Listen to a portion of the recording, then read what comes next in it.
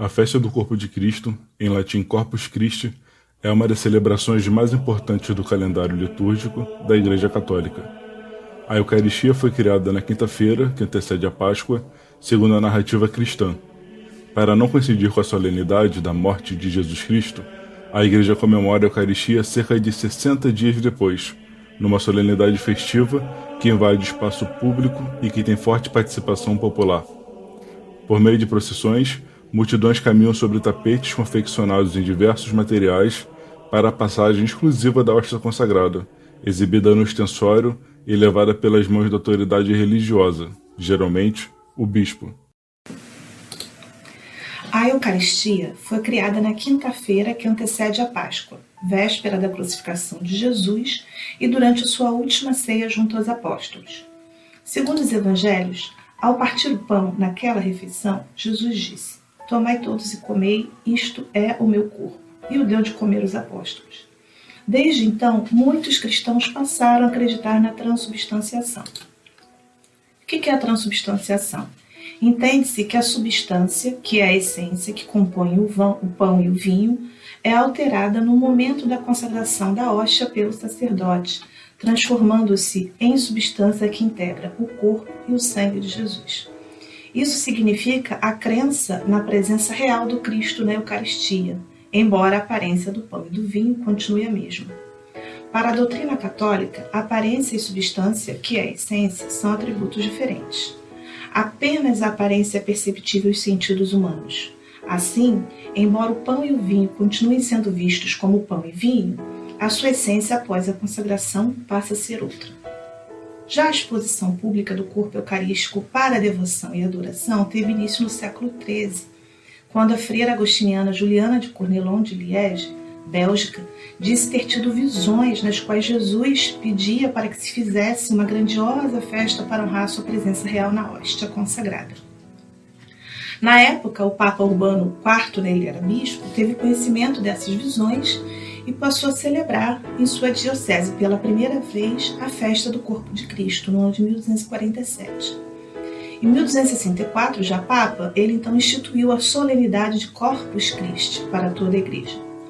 Os papas seguintes a Urbano IV buscaram incentivar na Igreja a festa em devoção ao Corpo de Cristo, que até então se limitava a algumas regiões da Europa. O Concílio de Trento, no século XVI, reafirmou a necessidade da exposição pública da Eucaristia, tornando obrigatória a procissão pelas ruas da cidade.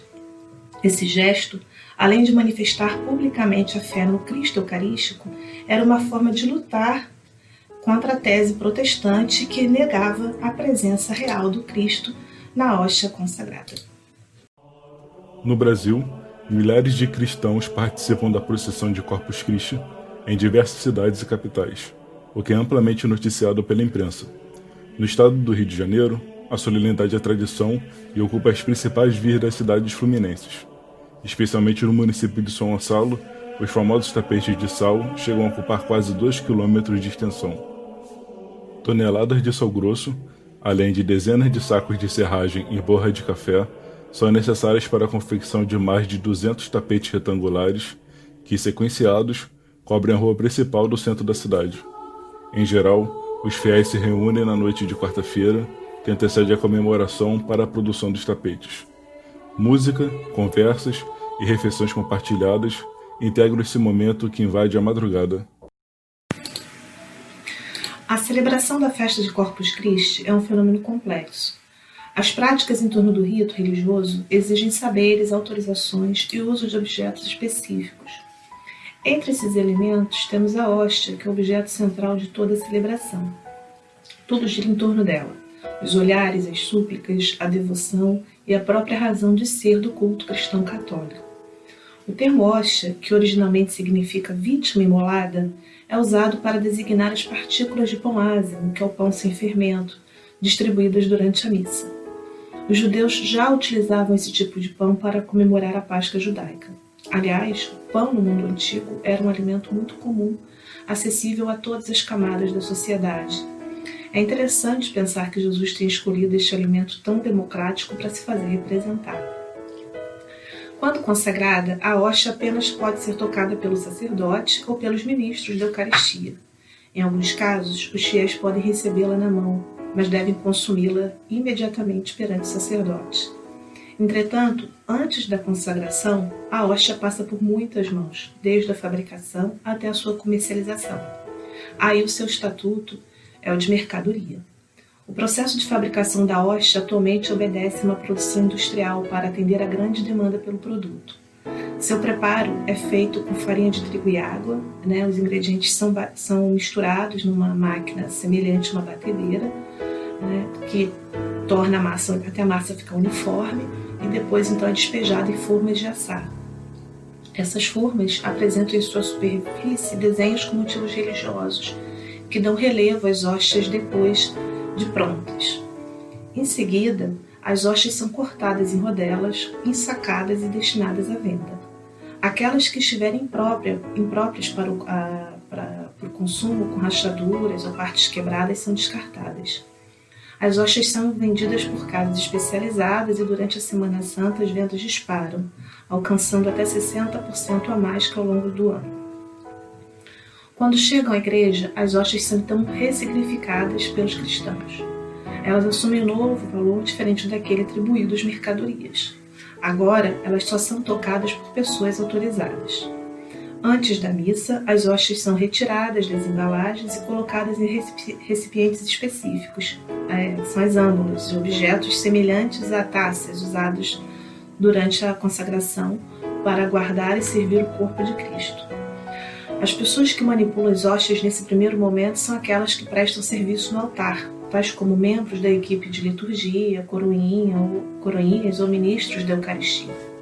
Depois, as hóstias reservadas nas âmbulas são colocadas sobre a credência, que é um tipo de mesa sobre a qual todos os demais objetos litúrgicos são dispostos, como o sino, a água, o vinho. A credência ela fica geralmente situada no presbitério, que é a área de circulação do sacerdote, que tem o altar em sua parte central. Em determinado momento da missa, as âmbulas são transferidas da credência para o altar. Inicia-se aí o rito de consagração.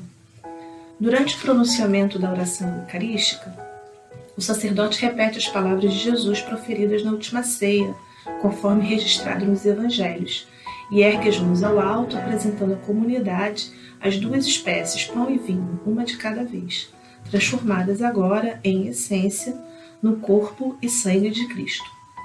Feita a consagração, a hóstia agora só pode ser tocada por sacerdotes, ministros da Eucaristia ou diáconos, para então ser distribuída aos fiéis. Por fim, as hóstias consagradas, não consumidas, são guardadas no espaço próprio para isso, o sacrário, que é uma espécie de caixa que, pelo preciosismo do seu conteúdo, fica geralmente situado em local reservado do templo.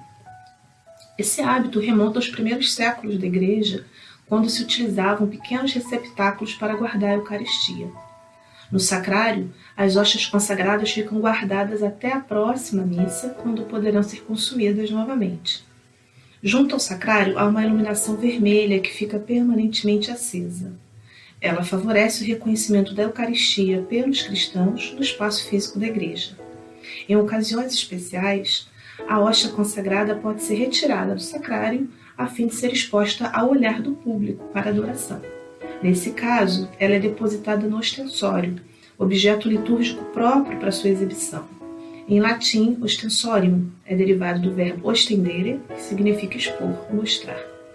Em geral, a peça de metal dourado em formato de sol resplandecente, com raios saindo do centro, mas a sua forma e estilo nem sempre foram os mesmos, variando conforme o tempo e o lugar.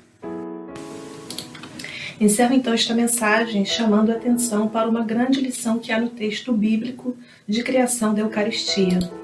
Penso que temos aí um dos ensinamentos mais incríveis do cristianismo. Nele, Jesus consagrou o pão, partiu e o distribuiu entre os seus amigos, os apóstolos que ali se encontravam. Mas antes da partilha, ele fez um outro gesto, de lavar os pés de cada um que ali estava. Filho de Deus, agachado, ajoelhado, não sabemos, lavando os pés dos seus amigos. Foi um gesto de humildade extrema. Quer dizer, antes de olhar para Deus e de receber Deus na materialidade do pão, é preciso olhar para as pessoas. Faço então votos que a solenidade de Corpus Christi inspire os cristãos a recusar o ódio, a violência e a intolerância e que se abram ao amor, ao respeito e à empatia, que coloquem o seu melhor a serviço dos mais vulneráveis dos dias de hoje. Muito obrigada.